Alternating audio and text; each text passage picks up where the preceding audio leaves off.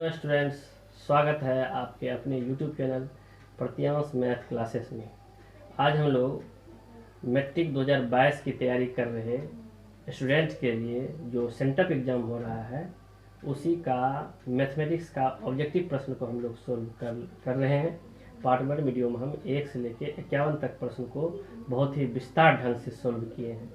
यदि हमारा part 1 video नहीं देखे हैं तो आप पार्ट 1 वीडियो देख लें, और पार्ट 2 वीडियो भी बना हुआ है, वह भी यूट्यूब पर चढ़ गया है। उसमें 52 से 75 तक प्रश्न को बहुत ही विस्तार पूर्वक ऑब्जेक्टिव प्रश्न को सोल्व किए हुए हैं। और पार्ट 3 वीडियो हम फिर से शुरू कर रहे हैं जिसमें 76 से हम लोग करने जा रहे हैं। यदि आप पार्ट 2 वीडियो नहीं देखे हैं तो इसके डिस्क्रिप्शन बॉक्स में दे दिया गया है, आप वहाँ से देख सकते हैं। चलिए शुरू करते हैं। हम लोग 76 नंबर प्रश्न को देखते हैं। इसमें लिखा हुआ है कि यदि 2x + 3, 5x + 1, 6x + 3 समांतर श्रेणी है। समांतर श्रेणी को ही एपी कहते हैं। एपी में जब कोई भी पद एपी में होता है तो उसके सार्वंतर समान होते हैं। तो सार्वंतर क्या होता है? तो दूसरा पद में से पहले पद को घटाते हैं या तीसरे में से दूसरे को घटाते हैं, तो सार्वंतर समान होगा। तो हम लोग क्या करेंगे, दूसरा पद में से, दूसरा पद है 5x + 1, इसमें से पहले पद को घटाएंगे।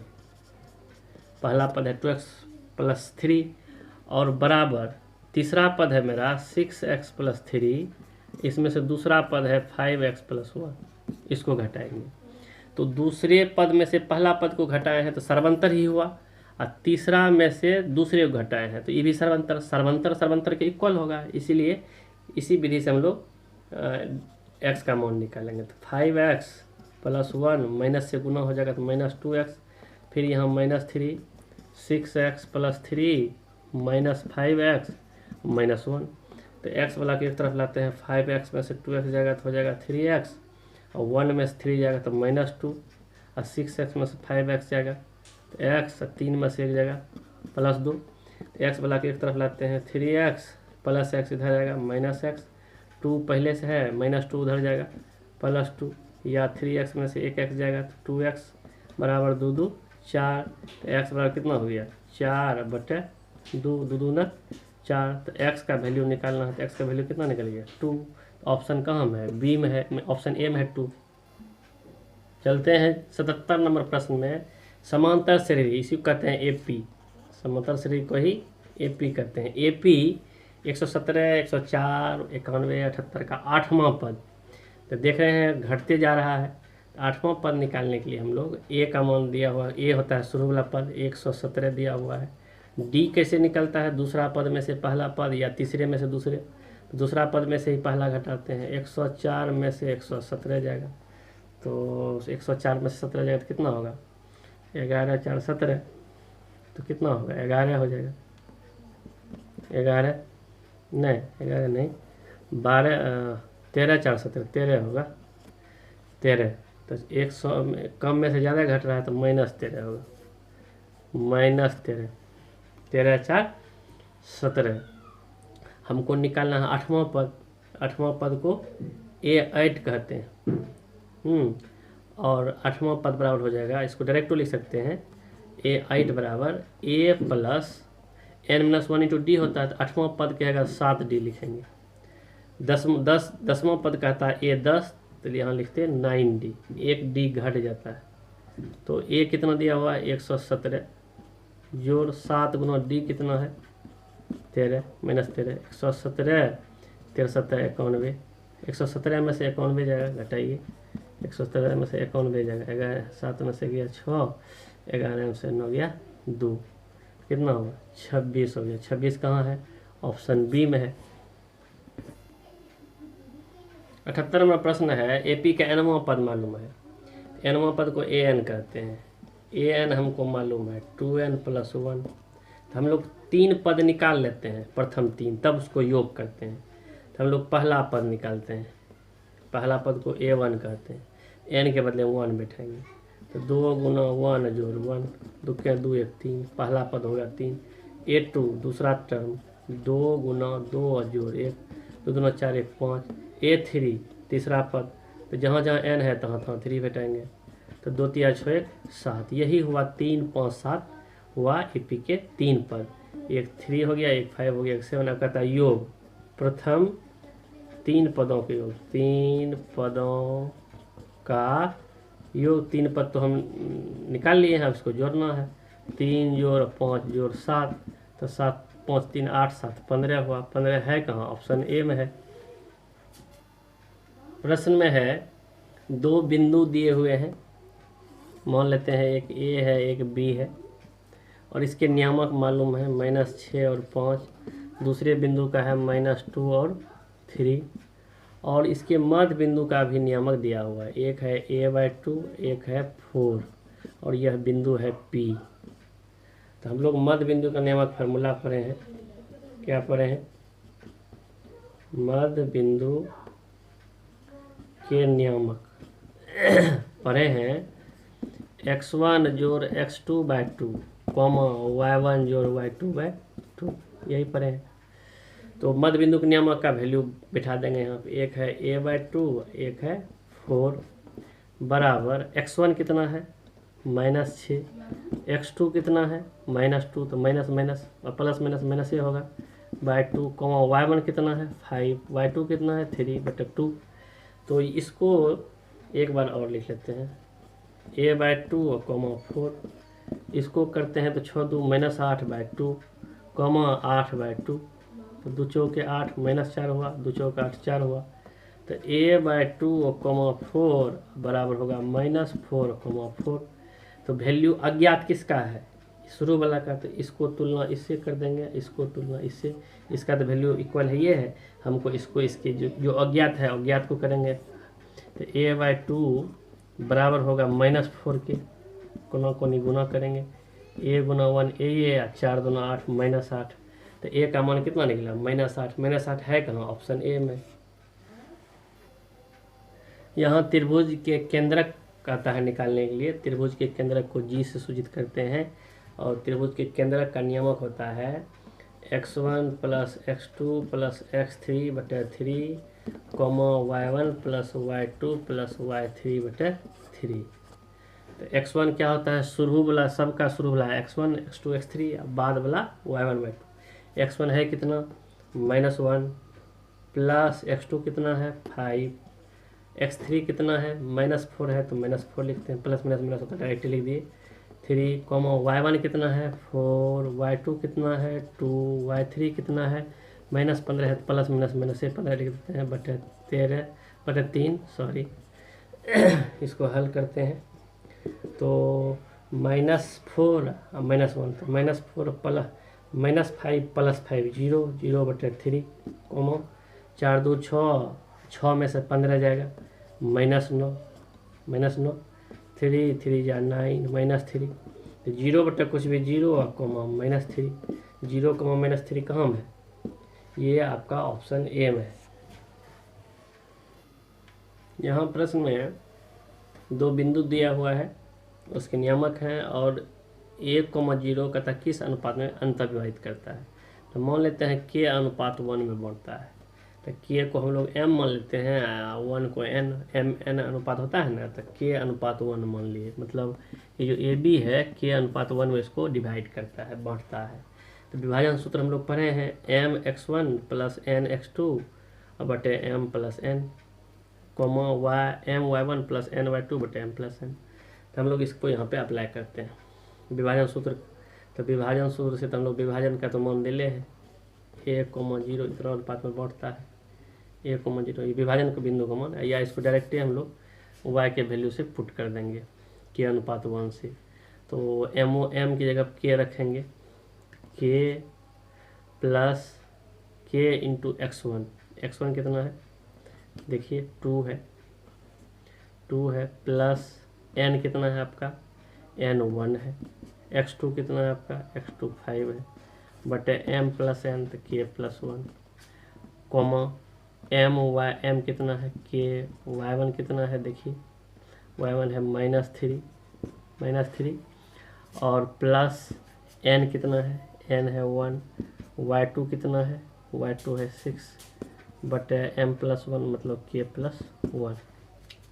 तो ये पहला वाला पहले के बराबर होगा, दूसरा वाला दूसरे के बराबर होगा, तो 0 के बराबर कर देते हैं ताकि 0 हो जाएगा। तो हम लोग क्या करेंगे, 0 बराबर लिख देंगे। ये दूसरा नंबर पर है तो दूसरा नंबर के बराबर होगा, किसी एक को लेके चलेंगे। तो इसमें अज्ञात है इसलिए इसको लेके नहीं चलेंगे। तो -3 के हो जाएगा, -3 के प्लस 6 बटा के प्लस 1। तो कोना कोनी गुना करेंगे तो ये तो टर्म 0 हो जाएगा, कोना कोनी ये हो जाएगा -3 के प्लस 6, 0 गुना कुछ भी 0। तो या -3 के बराबर -6 माइनस कट गया, तो के बराबर हो गया 6/3, 3 दूना 6, के बराबर 2 हो गया आपका। तो के का वैल्यू निकालना है, तो 2 है तो 2:1 हो जाएगा आपका, ये 1:2। तो किसका मान निकला, के का। तो 1/2 कहाँ है, तो 1/2 आपका सी नंबर ऑप्शन में। लगता है इस सवाल में कुछ प्रॉब्लम है, हम लोग अगली वीडियो में इसको ठीक करेंगे। 82 नंबर क्वेश्चन को हम लोग देखते हैं। यहाँ थेल्स प्रमेय का यूज हो रहा है, इतना दिया हुआ है। तो हम लोग थेल्स प्रमेय में पढ़े हैं कि ये जो पी क्यू है, ये यदि समांतर होगा इसके, तो ये इतना बटे इतना बराबर इतना बटे इतना, मतलब ए पी बटे पी बराबर ए क्यू बटे क्यू सी होगा। तो हम लोग लिखेंगे थेल्स प्रमेय से, थेल्स प्रमेय से क्या पढ़े हैं, ए पी बटे पी बी बराबर ए क्यू बटे क्यू सी। ए पी कितना है x, पी बी कितना है 4, ए क्यू कितना है 14, क्यू सी कितना है 7। कोना कोनी गुना कर लिए, 7 गुना 7x, 14 गुना 4, इसलिए x बराबर 14 गुना 4 बटे 7, 7 दूना 14, x बराबर 4 दूना 8। ये 8 कहाँ है, ऑप्शन ए में। 83 नंबर सवाल में दो समरूप त्रिभुजों के क्षेत्रफलों का अनुपात दिया है, तो संगत माध्यिकाओं का अनुपात। दो समरूप त्रिभुज के यदि क्षेत्रफल दिया रहेगा, संगत भुजा का अनुपात के है कि संगत माध्यिका का अनुपात के, दोनों का वर्गमूल निकाल लेंगे, उसका अनुपात कह देंगे। तो 25 का 5 अनुपात 49 का 7, 5:7 कहाँ, ऑप्शन बी। 84 नंबर में त्रिभुज ABC में ए दिया हुआ है। 84 नंबर का हम लोग चित्र बना लेते हैं।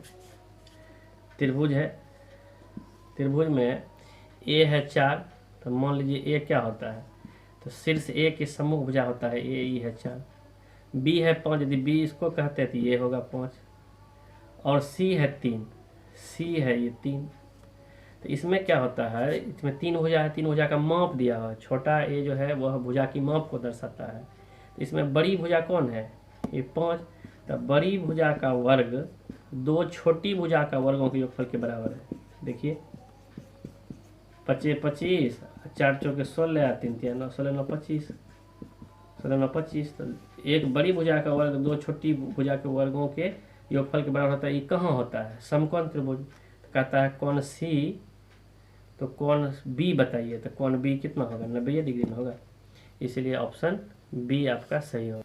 85 नंबर क्वेश्चन में कहता है किसी बाह्य बिंदु से वृत्त के एक बिंदु पर यदि एक शब्द नहीं रहता एक, तब तो इसका आंसर 2 होता है। बाह्य बिंदु से कहता है वृत्त पर कितना स्पर्श रेखा खींचते हैं, एक शब्द नहीं होता, तो इसका आंसर होता है 2। लेकिन एक बिंदु कह रहा है, यहाँ बाह्य बिंदु है वृत्त के एक बिंदु पर, तो मान के लिए एक बिंदु ही है, तो एक बिंदु पर एक स्पर्श रेखा खींचाता है। वही सिर्फ एक न दे करके सिर्फ यह देता है बाह्य बिंदु से वृत्त पर कितने स्पर्श रेखा, तब आंसर 2 होता है। यहाँ एक बिंदु बोला है इसलिए 1 होगा, option A is the right answer. 86 number प्रश्न में है PTO केंद्र वाली वृत्त की स्पर्श रेखा है, OT 6 है। तो कहने का मतलब हम यहाँ इसको ड्रॉ करते हैं चित्र को। तो लिखा हुआ है PTO केंद्र वाली स्पर्श रेखा है, PT मान लेते हैं, यहाँ P है, IT है, PT यहाँ T है, तो PT हुआ स्पर्श रेखा। OT 6 है, तो मान लेते हैं यहाँ केंद्र O है, तो ये OT हो गया 6। CM OP 10 है, तो O सेंटर होता है, OPE कहता है 10 है, तो ये हो गया 6। तो यहाँ तो 90 डिग्री कोण बनता है। स्पर्श रेखा त्रिज्या जो जाती है स्पर्श बिंदु से होकर के, वह लंब होता है 90 डिग्री। तो ये समकोण त्रिभुज नहीं बन रहा है, ये हो गया, ये कर्ण हो गया, ये हो गया लंब आधार, यानी PT बराबर नहीं हो जाएगा, कर्ण में से लंब को घटा लेंगे स्क्वायर करके, 10 स्क्वायर में से 6 स्क्वायर, तो हमारा PT निकल जाएगा 10 × 100, 100 से 36 गया, तो हो गया 64, 64 का वर्गमूल हो गया 8। तो PT निकालना है, PT निकालना, PT की लंबाई हो गया 8। 8 कहाँ है? ऑप्शन ए में है। 87 नंबर प्रश्न में है कि वृत्त की दो त्रिज्याओं के बीच जो है 130 डिग्री कोण है, तो उन दोनों त्रिज्याओं के छोर पर इसका भी चित्र उसी तरह से बनेगा। ऐसे है, यहाँ स्पर्श रेखा है, यहाँ एक, यहाँ ये त्रिज्या है 1 2, त्रिज्या के बीच जो है ना 130 डिग्री के एंगल बना है। यहाँ 100, हम लोग जानते हैं यहाँ 90 बनता है, यहाँ 90 बनेगा। तो ये एक चतुर्भुज नहीं बन गया है। ये इसका नाम कुछ रखते हैं P, इसका नाम रखते हैं T, इसका नाम रखते हैं R, इसका नाम रखते हैं O। तो PTOR चतुर्भुज बन गया। चतुर्भुज के चारों कोणों का योगफल 360 डिग्री होता है। हमको निकालना क्या है? हमको निकालना है स्पर्श रेखाओं के बीच, स्पर्श रेखा ये दोनों, इसके बीच का कोण ये निकालना है। तो 3 कोण मालूम है, 90 90 130, 360 में से घटा लेंगे। तो 90 90 180 या जोड़ 130, 0 8 3 11, 1 1 2 310, और 360 में से 310 घटा लेंगे तो कोण नहीं हो जाएगा। 0 6 से गया 5, 50 डिग्री। 50 कहाँ है? ऑप्शन सी में है। 88 में है, कहता है किसका मान 1/√2 के बराबर है? तो 1/√2 का मान इसका नहीं है, इसका नहीं है, तो cos 45 का है, sin 45 का भी 1/√2 होता है। 89 नंबर, 89 में है, इसका वैल्यू बैठा देंगे। sin 90 डिग्री का वैल्यू कितना होता है? 1 होता है, 1 का स्क्वायर। tan 45 का मान कितना होता है? 1/1 होता है। तो 1 का स्क्वायर 1 है, 1 में से 1 जाएगा 0। ऑप्शन बी आपका सही है। 90 नंबर प्रश्न है, थीटा 45 जो है tan square theta plus cosec theta का मान है। थीटा का मान यहाँ पुट करेंगे। tan 45 है तो tan स्क्वायर 45, tan 45 होता है कितना? 1, तो 1 का स्क्वायर प्लस कोसेक 45 होता है √2 उसका स्क्वायर। 1 का स्क्वायर 1, √2 का स्क्वायर 2, 2 जोड़ 1 3, 3 कहाँ है? ऑप्शन सी में है। चलते हैं 91 नंबर में। 91 में भी वही है, मान रखेंगे, बनाएंगे। sin 30 होता है 1/2, sin 30 1/2, cos 60 भी होता है 1a/2। तो 2 2 का लगता है 2, 1 जोड़ 1 2, 2/2 कितना होता है? 2/2 1 होता है। 1 कहाँ है? 1 आपके ऑप्शन सी में है। 92 नंबर सवाल को देखते हैं। 92 नंबर सवाल में क्या करेंगे? सेक स्क्वायर थीटा को रहने ये देंगे, सेक स्क्वायर थीटा, और 1 plus sine 1 minus sine, A square minus B square. तो A square minus B square, 1 का स्क्वायर माइनस साइन का स्क्वायर, तो 1 minus sine square theta, 1 minus sine square theta होता है cos square theta, cos square sec square 1 होता है। तो 1 है कहाँ? ऑप्शन बी में है। चलते हैं अगला प्रश्न। 93 नंबर, एक वृत्त की त्रिज्या दिया हुआ है और उसका 6 cm है और थीटा दिया हुआ है। तो आर आपका दिया हुआ है 6 cm और थीटा आपका है 30 डिग्री। तो लघु चाप की लंबाई होता है थीटा बटे 360 और गुना 2 पाई आर। तो थीटा कितना है? थीटा है 30 बटे 360 गुना 2 और पाई आर कितना है? 6। तो 6 6 के 3, 12 तिया कितना हो गया? 3, 12 तिया 36, 12 6 2 12, 2 से 2 कट गया, तो केवल पाई बचा। पाई cm हुआ आंसर। पाई cm है कहाँ? ऑप्शन ए में है। एक अर्धवृत्ता का खेत का क्षेत्रफल निकालना है, व्यास दिया हुआ है, तो इसका मतलब डी दिया हुआ है। हम 94 नंबर क्वेश्चन हल कर रहे हैं। व्यास को डी करते हैं, डी है 24 cm, हमको आर निकालना। आर बराबर क्या होता है? d/2। तो 24/2 कितना होगा? 12, यानी 12 cm हो गया त्रिज्या। अर्धवृत्ताकार खेत का क्षेत्रफल, अर्धवृत्त का क्षेत्रफल जो होता है वही होगा 1/2 पाई आर स्क्वायर। तो 1/2 पाई रंग देते हैं, आर के बदले में 12 गुना 12 लिखते हैं। 2 6 की, चूँकि ऑप्शन में पाई दिया हुआ, पाई का मान नहीं रखा है, तो हम आंसर पाई में चाहिए तो पाई को रहने देंगे तब ना। तो 2 6 के 12, 12 72, 72 पाई cm स्क्वायर हुआ। कहाँ पर है? ऑप्शन बी में है। 95 नंबर सवाल को देखते हैं। 95 नंबर में है, किसी गोले की त्रिज्या को आधा कर दिया है। तो आधा करने से पहले आयतन क्या होगा? माने मूल गोला जो है, पहलुकवा गोला, तो उसका आयतन क्या होगा? 4/3 या पाई आर क्यूब। अब की क्या हुआ है? पहलुकवा आयतन है, दूसरा का 4/3 तो ये है, पाई 4/3 है, ये है 4/3 है, पाई भी है, ये है। इस बार आर जो है ना आधा हो गया है। तो आर जो था आर था आर, तो इस बार आधा हो गया तो r/2 हो गया, आर की जगह r/2, इसका क्यूब करेंगे।